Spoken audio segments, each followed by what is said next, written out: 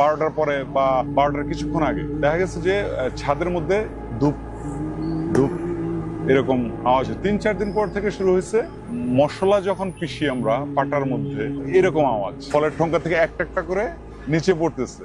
1 dozen মালটা ছিল এখানে, একটা একটা একা একাই পড়তেছে নিচের দিকে আমার সামনে পর্যন্ত আসছে। আমি তখন খুব ভয় পেয়ে গেছি। ওই রাতে কেউ আসবে বলে মনে হচ্ছে না।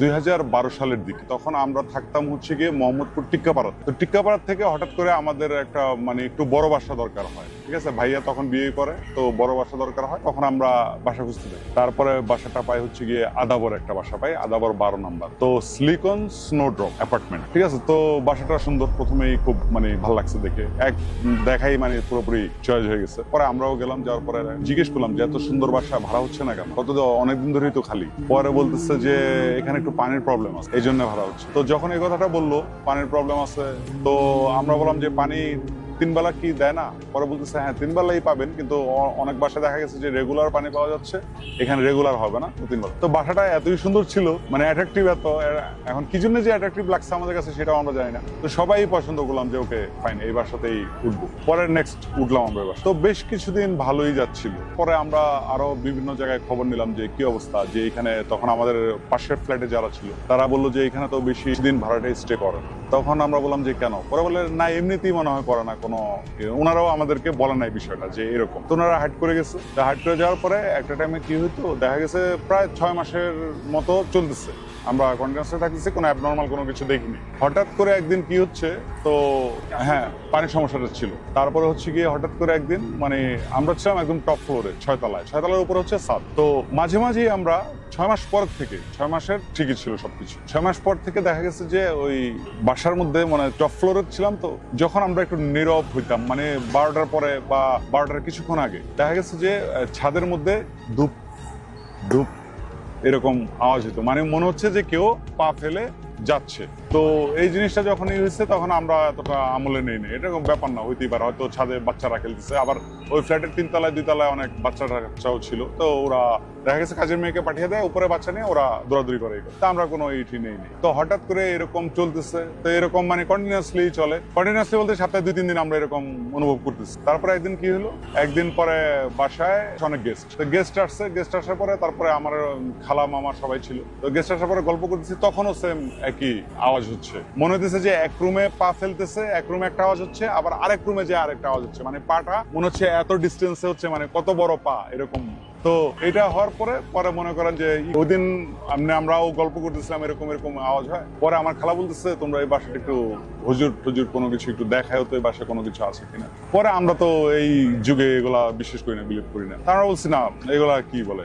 খালারা চলে গেল। 3-4 দিন পর থেকে শুরু হয়েছে মশলা যখন পিষি আমরা পাটার মধ্যে এরকম আওয়াজ, ওই পায়ের আওয়াজটা পাচ্ছি না এখন, তারপরে ওই আওয়াজটা শুরু হয়েছে, এই আওয়াজটা কন্টিনিউয়াসলি চলতেছে। চলার পরে তখন আমার আব্বা বলতেছে যে এত রাতে মশলা পিষে কি, উপরে তো কেউ নাই, এতদিন চিন্তা করছে যে পায়ের আওয়াজ দিচ্ছে, এটা কোনো ব্যাপার না থাকতে পারে। তো এখন এটাকে এরকম 3-4 দিন যাওয়ার পরে আব্বা বললো চলো একটু উপরে যাই দেখি যে কি অবস্থা, ঠিক আছে। তো উপরে গেলাম, যাওয়ার পরে দেখলাম ও ছাদটা লক করাই, তার ছাদের ভিতরে কেউ নাই, ছাদে কেউ নাই। তো এই কথা করার পরে আমরা নিচে নেমে গেছি। নিচে নেমে যাওয়ার পরে তারপর আরো কয়েকদিন গেল, পরে দারোয়ানকে জিজ্ঞেস করতেছি ছাদ কি খোলা থাকে কটা পর্যন্ত? পরে বলে ছাদ তো 10টা বাজলেই লাগানো হয়ে যায়, 10টা বাজলেই ছাদ অফ করে দেয়। এটা কি সমস্যা যে পাশের বাড়ির ছাদ থেকে এখানে আসা যায়?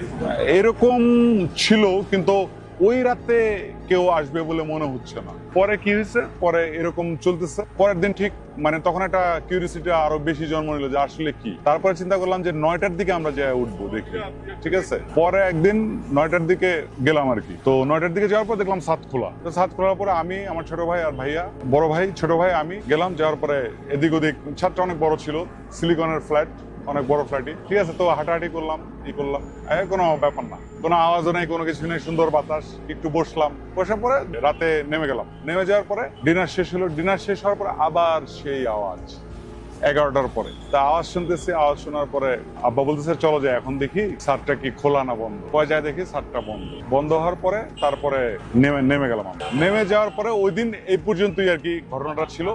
তারপরে হচ্ছে কি আমরা তারপরের দিন ঠিক দারোয়ানকে জিজ্ঞেস করলাম, একটু ভালো মতো টাইট করে দিলাম, আপনাদের এখানে পানি তো ঠিকই আছে, দেখতেছি 3 বেলা দিলে তো হয়ে যাচ্ছে, তাহলে এখানে মানুষ থাকে না কেন, থাকতে চাচ্ছে না কেন? তারপরে বলতেছে যে আসলে কি এখানে মানে অনেকেই মানে আইসা 2-3 মাসের বেশি স্টে করে, কেন করে না তাও জানি না, ওনারা বলে না কেন তো কেন করে না। তারপরে এই হওয়ার পরে পরে মনে করেন যে আমরা এর আগেও মানে আশেপাশে জিজ্ঞেস করলাম, তখন তো কিউরিয়াসিটি আরো বেশি যে কেন হচ্ছে না, আর আমরা এগুলা ফেস করতেছি। পরে একজন বললো আর কি এই বাসায় নাকি যারা থাকে তাদের নাকি কোনো উন্নতি হয় না, তারা মানে চলে যায় আলটিমেট, ঠিক আছে, বেশি দিন থাকে না। তো এরকম আওয়াজ দেখে অনেকে ভয় পেয়ে চলে গেছে, এটাও শুনলাম যে ভয় পেয়ে চলে গেছে, আবার অনেকে থাকছে কিছুদিন, কিন্তু কোনো উন্নতি হয় না বিধায় এখানে বেশি দিন থাকে না, এই জন্য বাসাটা খালি থাকে। আমরা প্রায় 3 বছর 3.5 বছরের বাসা ছিলাম। তো 1 বছর চলে গেল, চলে যাওয়ার পরে হঠাৎ করে মানে ম্যাট্রিক পরীক্ষার রেজাল্ট দিল আর কি। তো আমার কাজিন ম্যাট্রিক পরীক্ষা দিচ্ছে, ও A+ পেয়েছে। A+ পাওয়ার পরে যেদিন A+ পেয়েছে তারপর ও থাকতো দেশে আমাদের গ্রামের বাড়িতে। তো A+ পাওয়ার রেজাল্ট নেওয়ার পরে তার 2 দিন পরে আমাদের বাসায় মিষ্টি ফল টল এগুলো সবকিছু নিয়ে আসছে।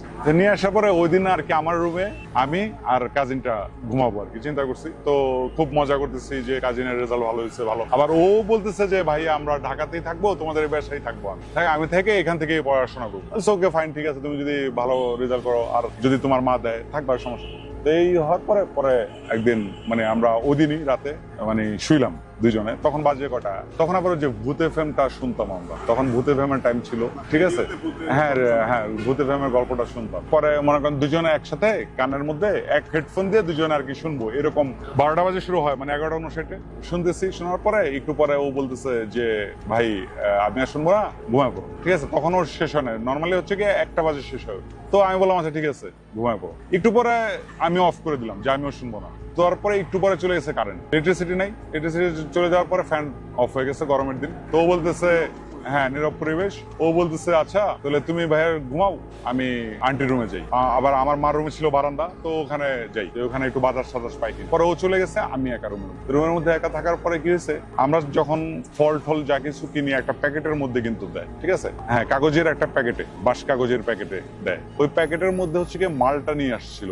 তো ওই রুমের মধ্যে ওই আমার একটা ক্যাবিনেট ছিল, ওই ক্যাবিনেটের উপরে হচ্ছে কি ওই প্যাকেটটা রাখা ছিল। তারপরে আমরা মম জ্বালাইছি। তো হ্যাঁ এমন টাইমে হঠাৎ করে মানে ওই যে আওয়াজটাও শুনতেছি, রাত হয়েছে, আওয়াজটা শুরু হয়েছে। আওয়াজটা নর্মালি প্রতিদিনই হয়, আমরা আমলে নেই না, আমাদের সহ্য হয়ে গেছে, ব্যাপার না, কি হচ্ছে জানি না, ঠিক আছে। তো এরকম আওয়াজটা শুরু হচ্ছে।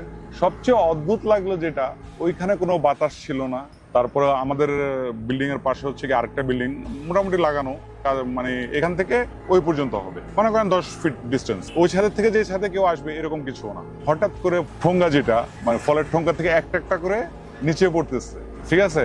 1 ডজন মালটা ছিল এখানে, একটা একাই পড়তেছে, পরে নিচের দিকে আমার সামনে পর্যন্ত আসছে। আমি তখন খুব ভয় পেয়ে গেছি যে এখানে বাতাস নাই, কিছু নাই, আর এই জায়গা থেকে কেমনে পড়বে, কোনো এরাতে কোনো এই না। তখন আমি খুব ভয় পেয়ে গেছি। ভয় পেয়ে যাওয়ার পর আমি জোরে, আমার ওই যে কাজিনের নাম ছিল আদর বলে জোরে ডাক যাই, আদর এদিকে। এরপরে দেখি সব আবার আগের মতোই, মানে আগের মতো বলতে হচ্ছে গিয়ে ওই পরে যে আসতেছিল আমার দিকে গড়া, এখন ওটাকে এমনি গড়াইতে আমার মনে হচ্ছিল যে কেউ ফোর্স করছে, কেউ ওখান থেকে পড়ার পরে আসতেছিল। আর যখনই ডাকটা দিছি তখনই ওই যে নর্মাল স্টপ।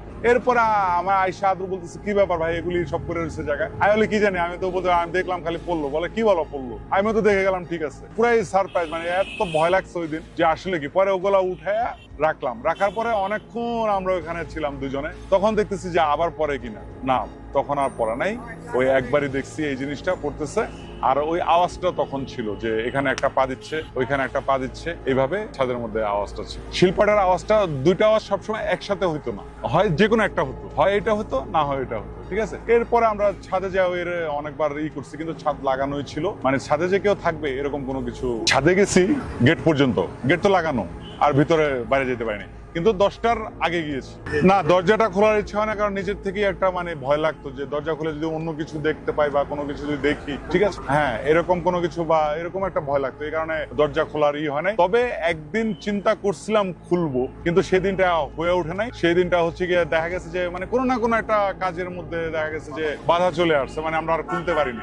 চেষ্টা করা হয়েছে, বলতে চাইলে তো খুলতে যাবো, দেখা গেছে যে হ্যাঁ খুলতে যাবো, নিচে গেছি, নিচে যাওয়ার পর দেখি দারোয়ান নেই, চাবি তোর কাছে থাকে। আবার দেখছি দারোয়ান আছে, দারোয়ান বলতেছে চাবি আমার কাছে নেই। এখন এটা কি ও সত্য করেই বলতো, না আমাদেরকে কোনো বিভ্রান্তি বা কোনো কিছু, না ও জানতো এই ঘটনাটা যে এরকম আছে, তাই এখন ওটা বলতে পারতেছে। তারা